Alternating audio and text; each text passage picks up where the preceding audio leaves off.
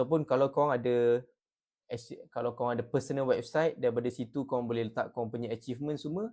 So ambil link personal website tu, letak dekat dalam resume ataupun CV. Basically portfolio ni boleh jadi your LinkedIn profile, GitHub for IT talent, personal website, online portfolio. Sekarang ni kan zaman dah berubah. Okay, even korang sendiri pun, kalau itu saya cuba buat dekat ChatGPT.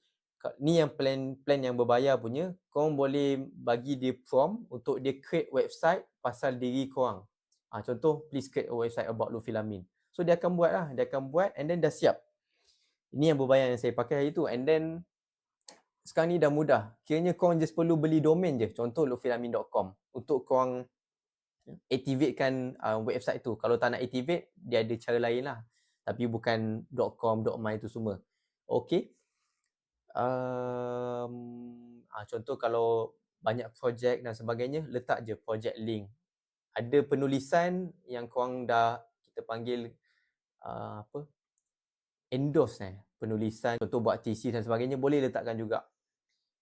Tapi kalau untuk marketing pun boleh letak your creative punya design kan, macam contoh gambar-gambar ke video. Cuba cari jalan macam mana korang nak compilekan semua benda tu dalam satu link, and then link tu just letak dalam CV supaya add on you punya portfolio.